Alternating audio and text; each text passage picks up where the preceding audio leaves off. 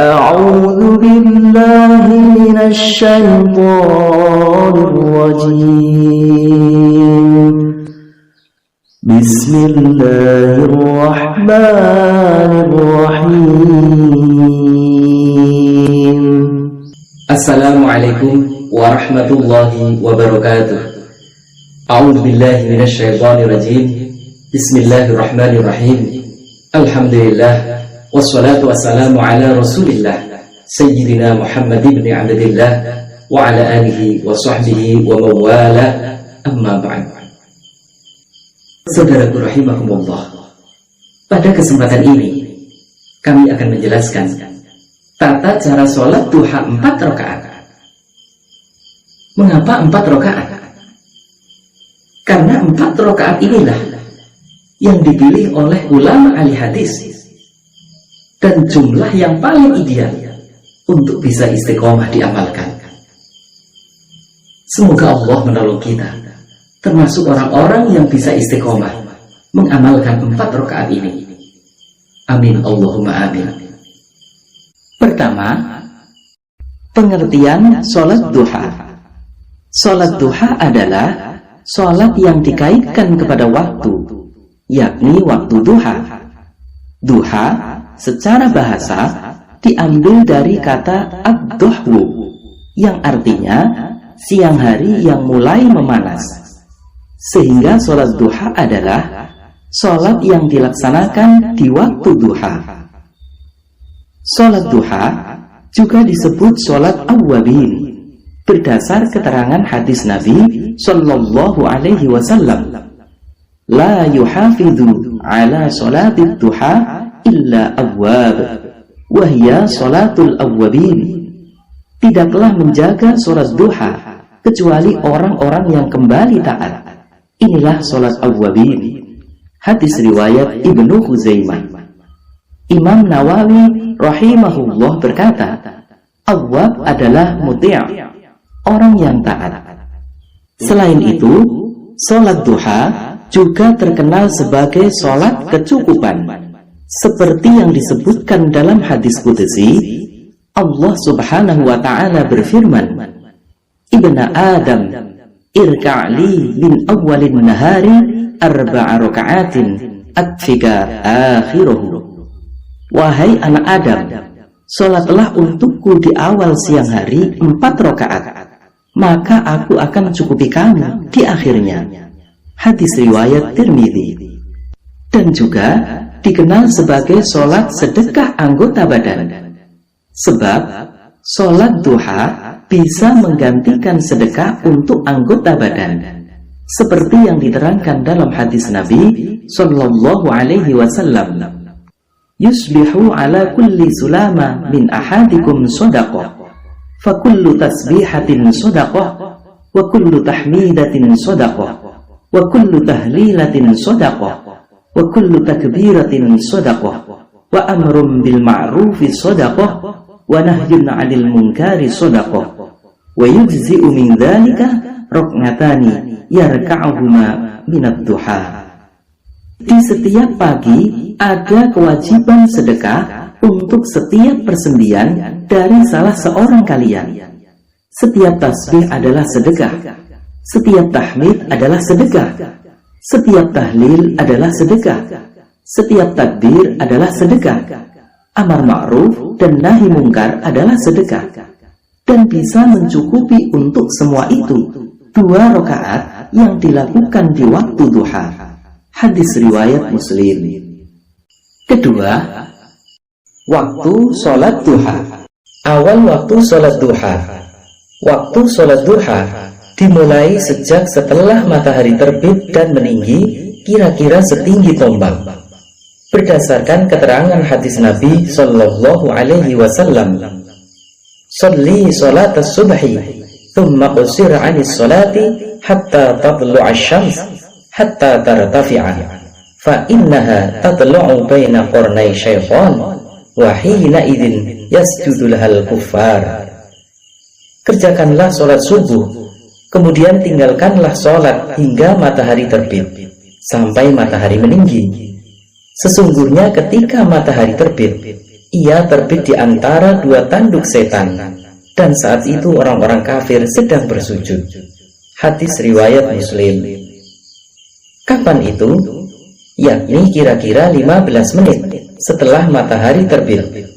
Sebagaimana yang dijelaskan Syekh Usamah Ali Muhammad Sulaiman dalam syarah Sahih Bukhari. Beliau berkata, sholat duha dikerjakan setelah terbitnya matahari dengan lebih 15 menit. Adapun waktu sebelum itu, yakni mulai terbitnya matahari hingga ia meninggi kira-kira 1 tombak, maka kita dilarang mengerjakan sholat sunat. Sebagaimana yang diterangkan dalam hadis dari Uqbah bin Amir radhiyallahu anhu, ia berkata, "Salasu sa'atin kana an-nabiyyu sallallahu alaihi wasallam yanhana an nusalliya fihinna aw an naqbura mautana hina tadlu'u asy-syamsu bazighatan hatta tartafi'a." Ada 3 waktu di mana Nabi sallallahu alaihi wasallam melarang kami untuk melaksanakan sholat di 3 waktu itu atau menguburkan jenazah kami. Pertama, ketika matahari terbit sampai ia meninggi. Hadis riwayat Muslim. Akhir waktu sholat duha. Batas akhir waktu sholat duha adalah waktu sebentar sebelum tergelincirnya matahari ke arah barat, yakni ketika matahari tepat berada di tengah-tengah langit, atau ketika bayangan seseorang yang berdiri sama dengan orangnya, sebagaimana yang disebutkan dalam hadis Nabi sallallahu alaihi wasallam, wa hina yaqumu qa'imudz dzahirah, dan ketika seseorang berdiri di tengah bayangannya. Hadis riwayat Muslim. Kapan itu? Yakni kira-kira 15 menit sebelum waktu zuhur. Pada waktu ini, kita dilarang mengerjakan sholat sunat sampai datangnya waktu zuhur. Sebagaimana sabda Nabi sallallahu alaihi wasallam, "Tsumma qasir 'anis shalah fa inna hina idin tusjaru jahannamu fa idza aqbala al-fai'u fasalli." Kemudian tinggalkanlah sholat, karena saat itu ketika bayangan tegak lurus, neraka jahanam tengah dinyalakan. Jika bayangannya telah condong, maka sholatlah. Hadis riwayat Muslim. Jadi, cara mudah menentukan waktu sholat duha adalah: batas awal, waktu matahari terbit ditambah 15 menit. Batas akhir, waktu zuhur dikurangi 15 menit. Ini hanya perkiraan saja. Lebih jelasnya, kita bisa melihat jadwal waktu sholat yang ada di wilayah setempat. Waktu terbaik sholat duha. Waktu terbaik mengerjakan sholat duha adalah pada akhir dari waktu duha itu, yakni ketika matahari sudah mulai terik, saat-saat mendekati masuknya waktu terlarang mengerjakan sholat sunat. Sebagaimana yang disebutkan dalam hadis dari Zaid bin Arqam radhiyallahu anhu, bahwasanya ia pernah melihat sekelompok orang yang mengerjakan sholat duha. Lalu ia berkata, mereka mungkin tidak mengetahui bahwa selain waktu yang mereka kerjakan saat ini, ada yang lebih utama. Rasulullah Shallallahu Alaihi Wasallam bersabda, "Sholatul awwabin hina tarmadul fisal." Waktu terbaik sholat awwabin, sholat duha, adalah ketika anak unta merasakan terik matahari. Hadis riwayat Muslim. Sholat awwabin yang dimaksud pada hadis di atas adalah sholat duha. Awwabin artinya orang yang suka kembali kepada aturan Allah. Sebagian ulama mengatakan sholat pada waktu itu dikaitkan dengan awwabin karena umumnya pada waktu itu jiwa manusia condong untuk istirahat. Akan tetapi orang ini menggunakan waktu itu untuk melakukan ketaatan dan menyibukkan diri dengan melakukan sholat, meninggalkan keinginan hati menuju ridho penciptanya. Cara mudahnya untuk menentukan waktu terbaik sholat duha adalah 30 menit sebelum masuknya waktu zuhur. Waktu segini sudah cukup untuk mengerjakan sholat duha 4 rakaat bersama dengan zikir dan doanya. Ketiga, niat sholat duha. Sebelumnya, kita harus paham dulu apa itu niat. An-niyatu lughatan al-qasdu wa syar'an qasdu syai'in muqtaranan bi fi'lih wa mahaluhal qalbu. Niat secara bahasa artinya menyengaja, dan secara syara adalah menyengaja sesuatu bersamaan ketika melakukannya, dan tempatnya niat adalah hati. Dari pengertian ini, maka niat sholat duha adalah menyengaja dalam hati hendak mengerjakan sholat duha. Jadi, yang niat itu adalah hati, bukan lisan.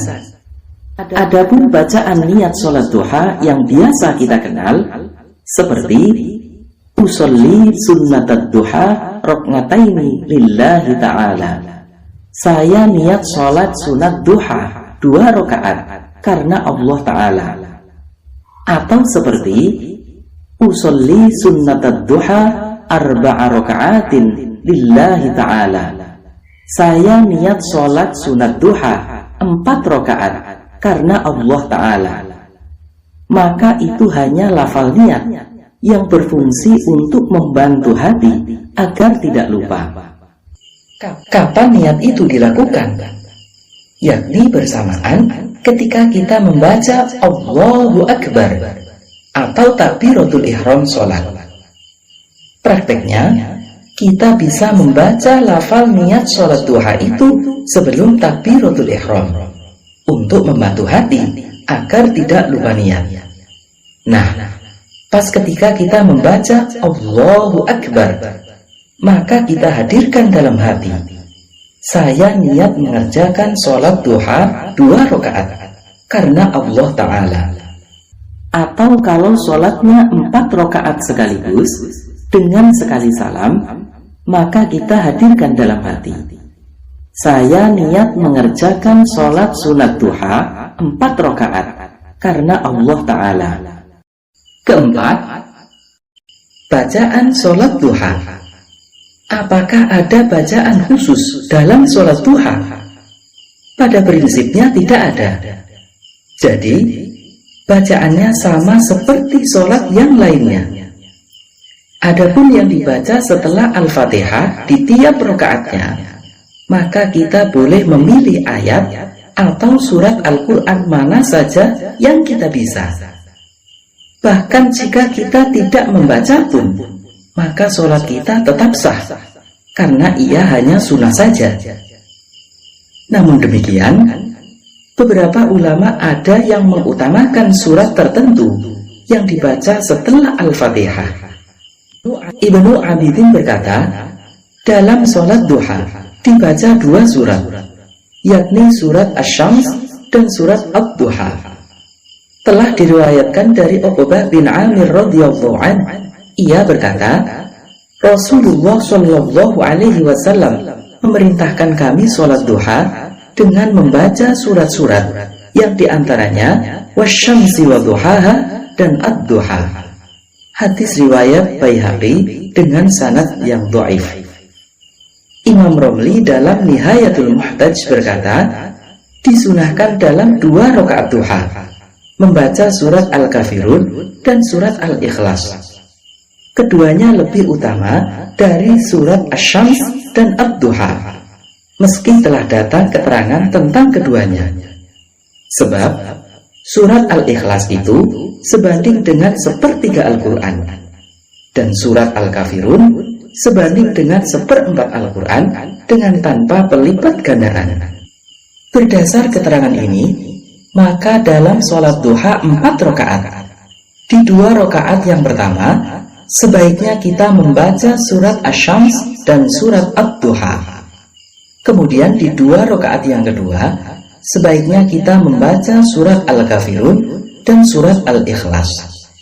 Berikut ini adalah bacaan surat Asy-Syams, surat Ad-Duha, surat Al-Kafirun, dan surat Al-Ikhlas secara berurutan. A'udzu billahi minasy syaithanir rajim. Bismillahirrahmanirrahim.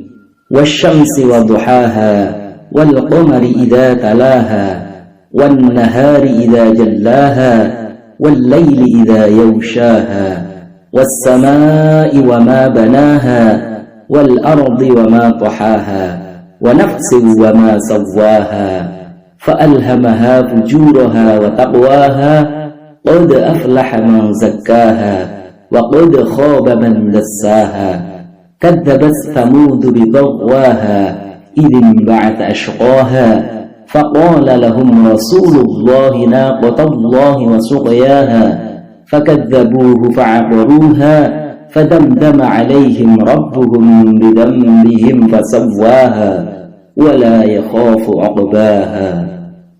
Bismillahirrahmanirrahim.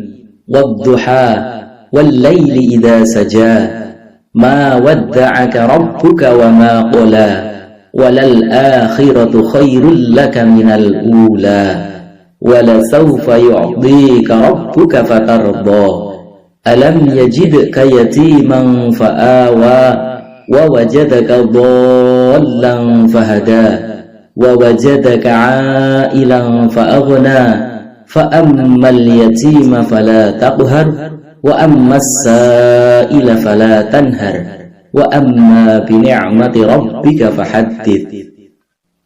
Bismillahirrahmanirrahim.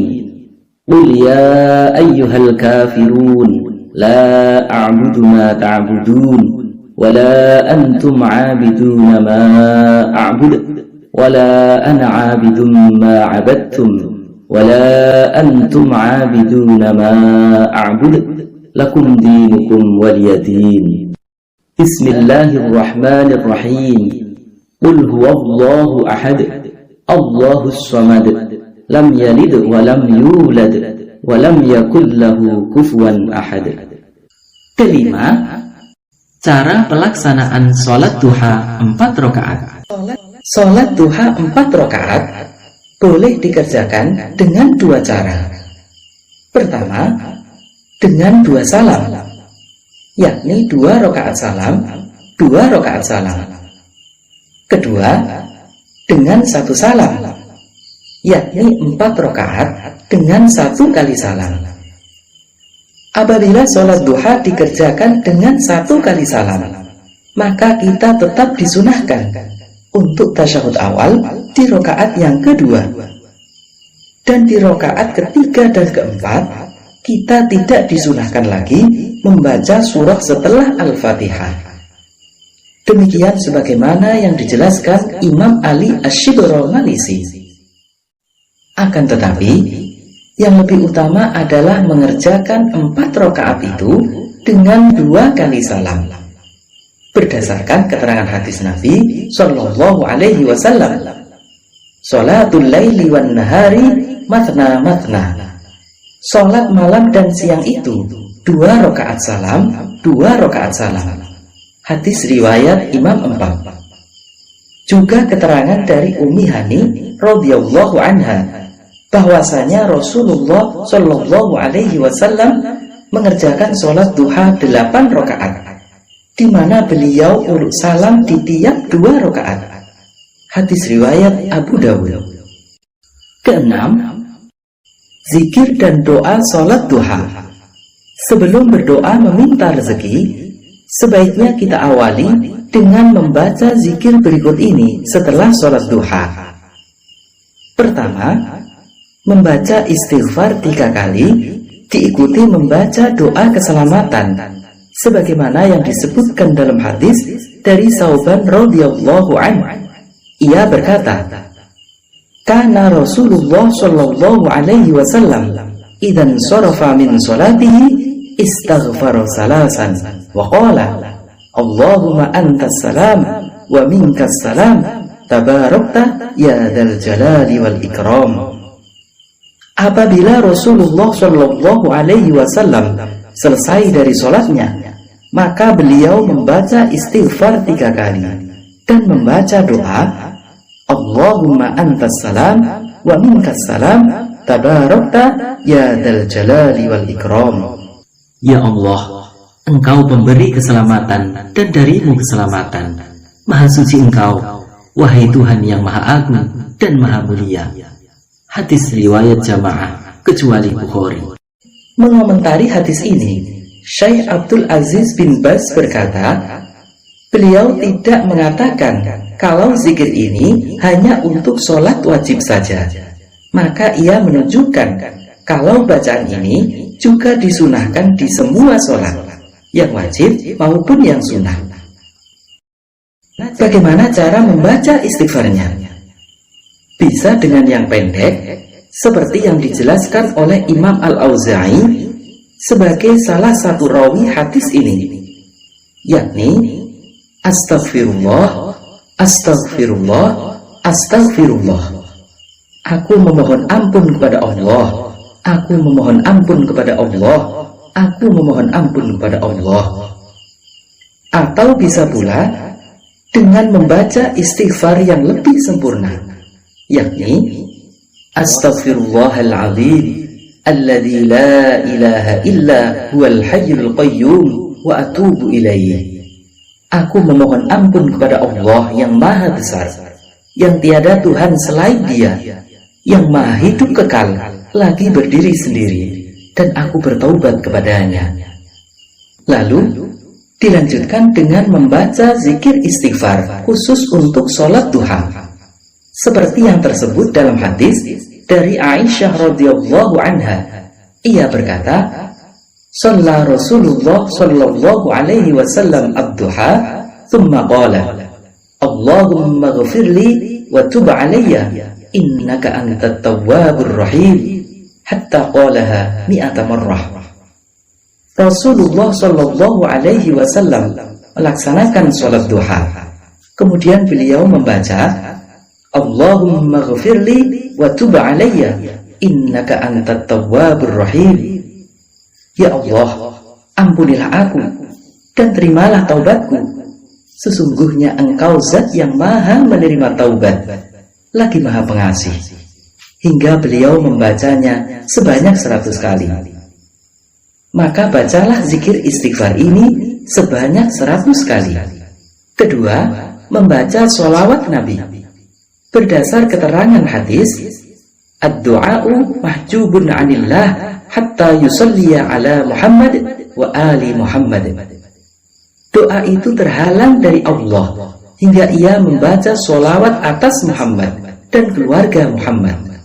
Hadis riwayat Abu Shaykh, Baihaqi, Ibnu Hibban, dan Ibnul Jauzi. Sallu alayya wajtahidu fid du'a. Bacalah sholawat atas aku dan bersungguh-sungguhlah dalam berdoa. Hadis riwayat Ahmad, Nasa'i, Bahawi, Tabrani, dan lainnya. Bagaimana cara membaca sholawatnya? Bisa dengan yang pendek, seperti Allahumma sholli ala sayyidina Muhammad. Ya Allah, berikanlah rahmat kepada junjungan kami Muhammad. Atau bisa pula dengan yang panjang, seperti Allahumma sholli wa sallim wa barik ala sayyidina Muhammad wa ala alihi wa sahbihi ajma'in. Ya Allah, berikanlah rahmat, keselamatan, dan keberkahan kepada junjungan kami Muhammad, kepada keluarga beliau, dan kepada para sahabat beliau semuanya. Ketiga, membaca tahmid. Berdasar keterangan hadis Nabi sallallahu alaihi wasallam, kullu amrin la yubda'u fihi bihamdillah fahuwa ajdam. Setiap perkara yang tidak diawali dengan memuji Allah, maka ia terputus barokahnya. Hadis riwayat Abu Dawud. Bagaimana cara baca tahmidnya? Bisa dengan yang pendek, seperti Alhamdulillahi Rabbil Alamin. Segala puji bagi Allah, Tuhan semesta alam. Atau bisa juga dengan yang panjang, seperti Alhamdulillahi Rabbil Alamin, hamdan yuwafi ni'amahu wa yukafi'u mazidah. Ya Rabbana lakal hamdu kama yanbaghi li jalali wajhika wa 'azimi sultanik. Segala puji bagi Allah, Tuhan semesta alam, dengan puji yang sebanding nikmatnya dan mencukupi tambahannya. Ya Allah, bagimu segala puji dan segala yang patut bagi keagungan zatmu dan kebesaran kerajaanmu. Keempat, membaca doa sholat duha seperti yang telah masyhur diamalkan, yakni Allahumma inna duha'a duha'uka, wal baha'a baha'uka, wal jamala jamaluka, wal quwwata quwwatuka, wal qudrata qudratuka, wal ismata ismatuka. Allahumma in kana rizqi fis sama'i fa anzilhu, wa in kana fil ardi fa akhrijhu, wa in kana mu'assaran fayassirhu, wa in kana haraman fatahhirhu, wa in kana ba'idan faqarribhu, bihaqqi duhaika wa bahaika wa jamalika wa quwwatika wa qudratika, atini ma ataita ibadaka salihin.